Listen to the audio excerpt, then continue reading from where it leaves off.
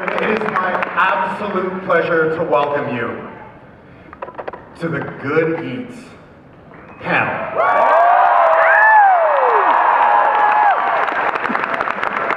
I can't tell you what a privilege it is to introduce this man. He is a wonder. He is an inspiration to us all. Ladies and gentlemen, Mr. Alton Brown. Thank you. Good afternoon, DragonCon.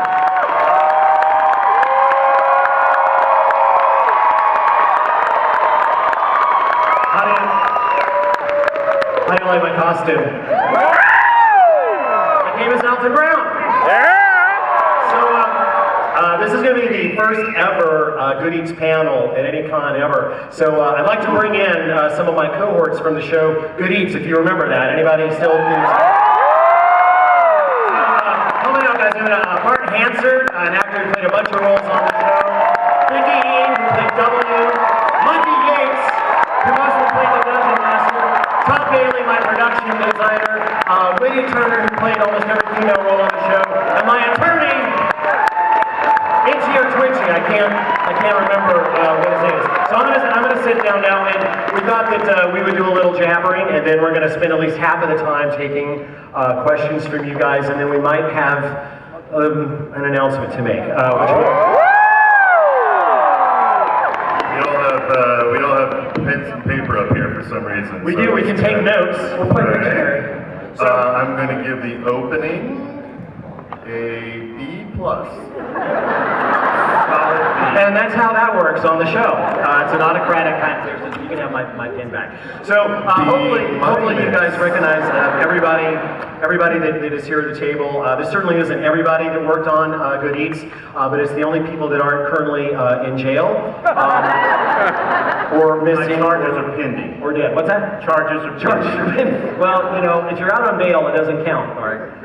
So Martin Hansard down here played, of course. Name three of the roles you were most known for on Good Eats. Coco Carl. Coco Carl. I played Sid, the agent to many foods. I represented okra, for instance. Represented okra. Thank you. Yes. Slimy okra. And we spoke about it earlier. The samurai.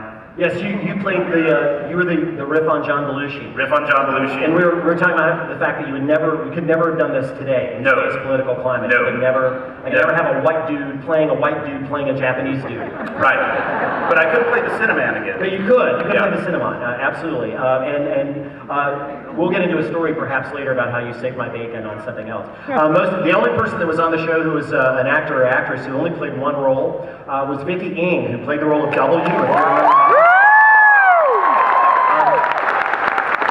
And I have to ask you, Vicky, or something I want you to basically confess, is that when you started the show, you didn't know jack diddly squat about cookware, did you? Not much, no. And yet people were stopping you in the streets, begging you. They were stopping me, asking advice on what to buy, what refrigerator, what oven. Did you ever think about just going ahead and giving me advice? I have. Yeah, you could have hooked yourself up with some sweet, in this day and age, you could have gotten some really good endorsements off of that if you had played your cards right. I mean, it all would have been wrong, but nobody really cares anymore. Nobody cares. No, exposure is exposure, and it's all good. How else did your life change playing that role? You know, a lot of people thought in the early days that W stood for wife, and that you and I were actually married. That's right, and we did have that kind of hate. Yes. No. I always really liked Vicky. But the truth is when Vicky auditioned, she got the role because when I saw the tapes, I was like, oh my God, she really doesn't like me. And so she was perfect for the role. Perfect. I thought I was a good actress, but I guess I wasn't.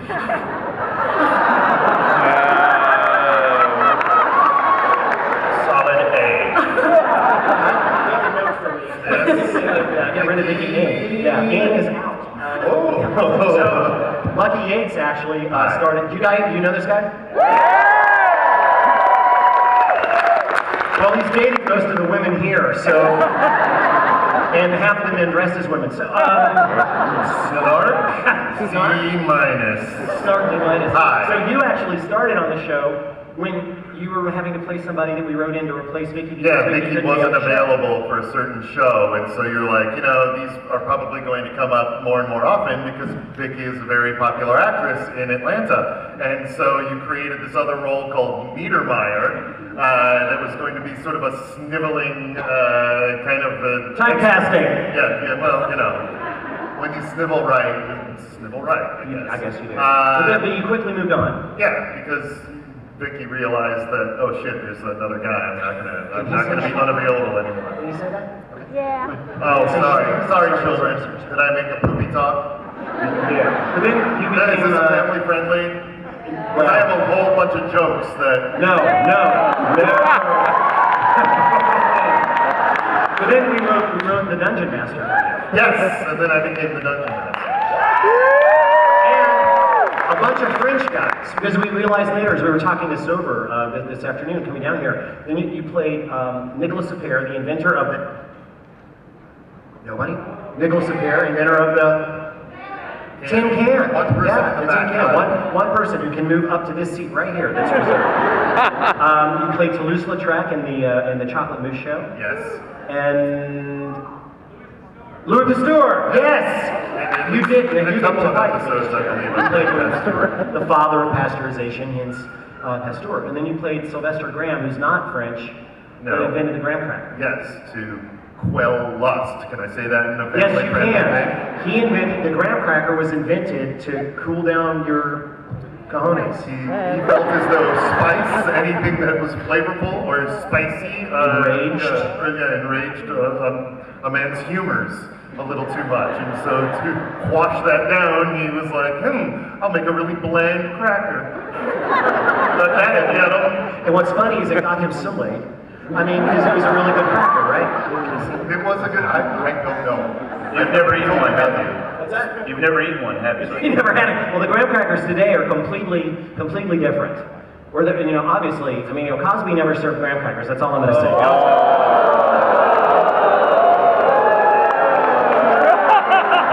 Sit to her, butt down.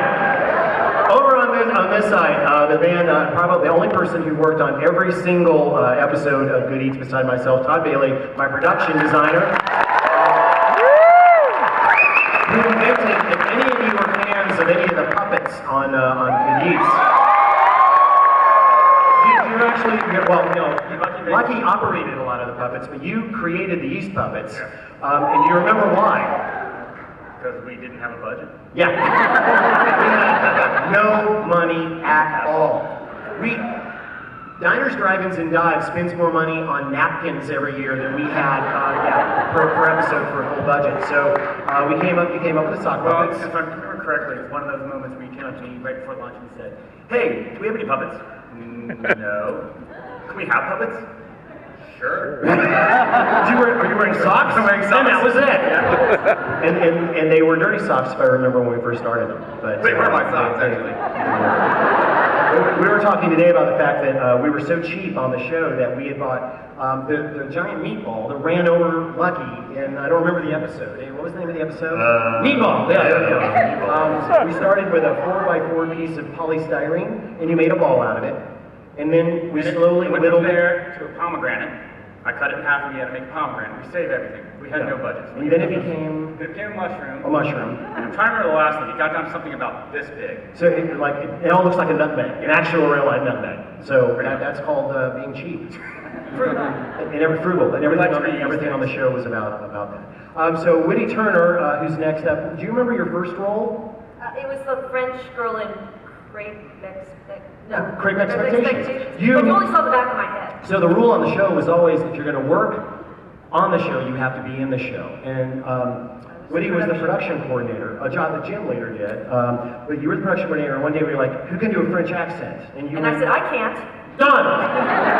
Done. And I was like, we put a beret on her. It's like, oh my God, you look French. It's perfectly fine. And so you did the French girl, and then you became a regular player. Yeah, then I did Squid Pro Quo. You were the girl that everybody wanted in Squid Pro Quo. Right, and then I left the show because I was like, enough Why was of this. that? And, Because you had a better offer? Yeah, a play that only A ran for like 9 play? weeks. I don't know what I was thinking, but then you were like, oh, I found out that Widdi is actually an actor as well, so you started to write Francis Anderson for me. Francis Anderson, who was the, I don't know if you guys remember, we did a couple of shows that were a takeoff on the movie Misery, or the book Misery. And so Widdi played the crazy obsessed fan that kidnapped me. And that was one of the only shows that we ever wrote where the Food Network told me I had to take a scene out, because we actually had the hobbling scene from Misery on the show.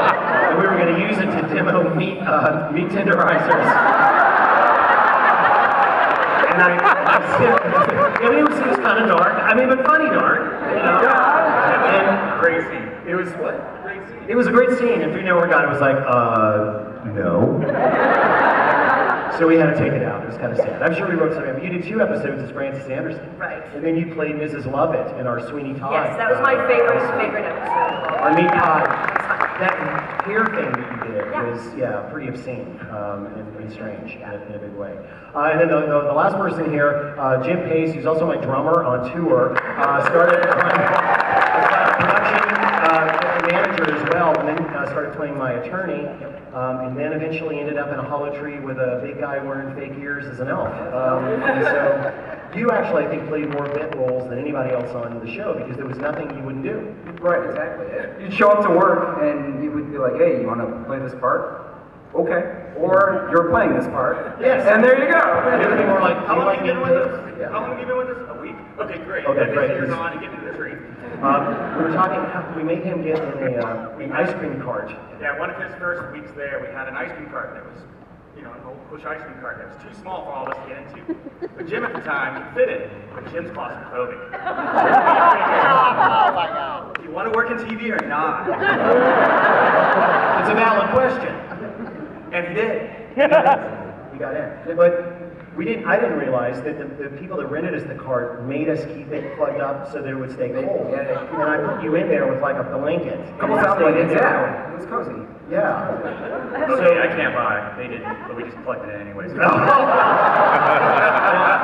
Now everything's starting to come a little bit clearer. But you stayed with it. And last time I counted, I think you played like 20 different characters.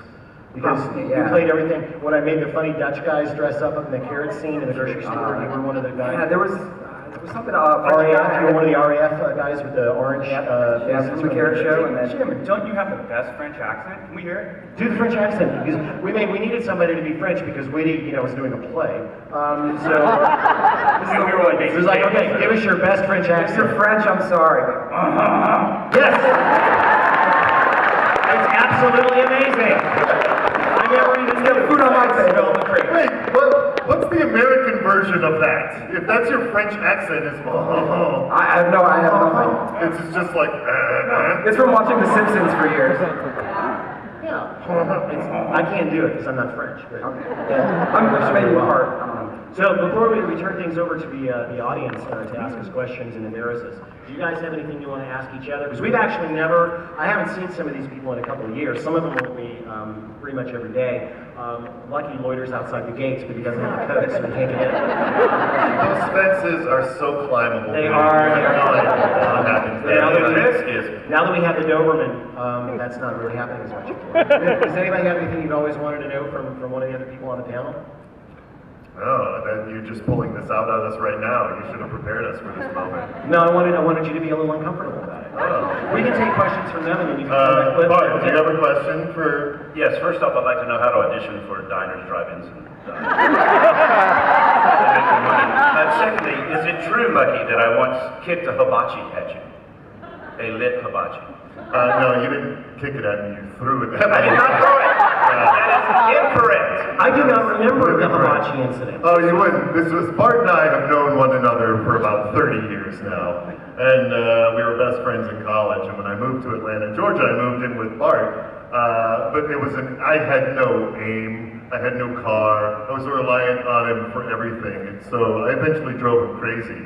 And he threw a hibachi at my head. I really didn't throw the hibachi. I just want to go public. What, did you use your mind and just It levitate was a at him? hibachi mind trick, yes. So this didn't happen on the set of the Yates. No, This is one of the many cities that we've lived together in. Bart likes to air our dirty laundry out in front of everybody. No, truthfully, I wanted to Thanks for good apologize. entertainment. I really wanted to apologize to you publicly about this. Apology considered. I'll let you know by the end of the panel. How about that for some suspense? That's what everybody was hoping for. I remember Bart saved my bacon one day. I was doing a scene about chicken Kiev. I know you guys remember this. And we were shooting we worked a lot with this nutritional anthropologist named Deb Duchamp. And I think she wanted too much money to be on the panel today. And we had hired, she was supposed to do this scene with this Russian guy. And so I'd had auditions and I'd hired this actor. Big, burly Russian bear of a guy with this big beard. And I'm not really sure what the audition process was, or maybe I just wasn't paying a lot of attention. Because he comes there and he gets ready to do his first line in a Russian accent. And he's like, "Hi, I'm from Russia." I'm like, what? Yeah, you wanted me to do a Russian accent, so I'm doing it now? I'm like, that doesn't sound terribly Russian. Yeah, it does. Okay.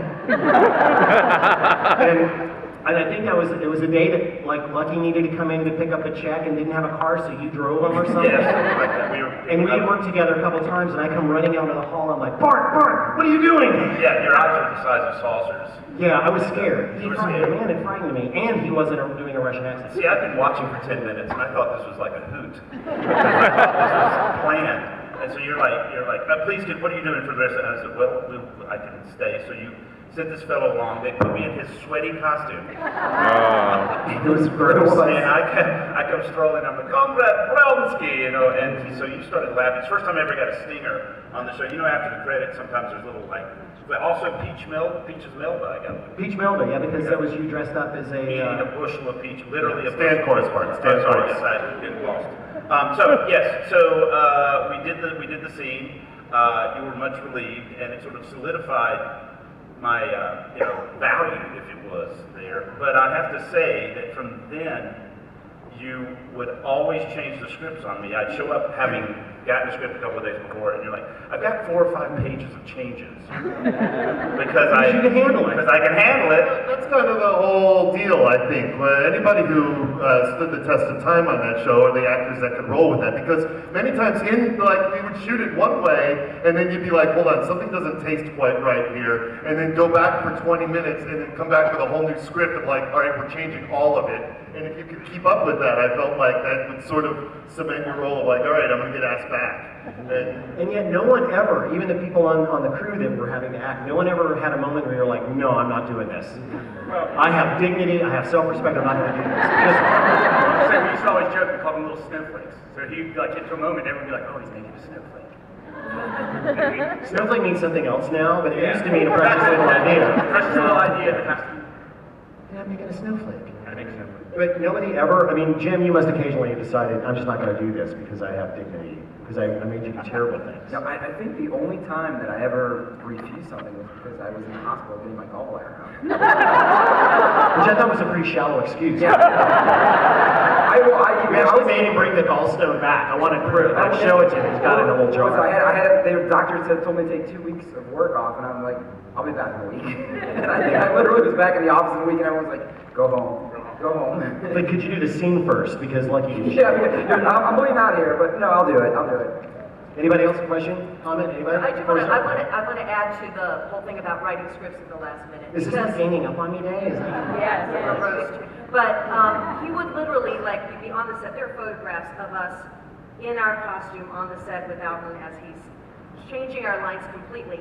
And you learned how to look at the line, and the line would go from your eye to your mouth. They'd yell tape, and they rolling, and then we would say the line. Done, moving on, and then I would watch the episode months later and hear myself say something and go, wow, I didn't know that, because it never settles in. Wow, I actually know stuff. Yeah, I didn't know that. That's really interesting. Most people don't realize that most cooking shows are not scripted. Most cooking shows have outlines, and people just kind of talk, and it usually works out.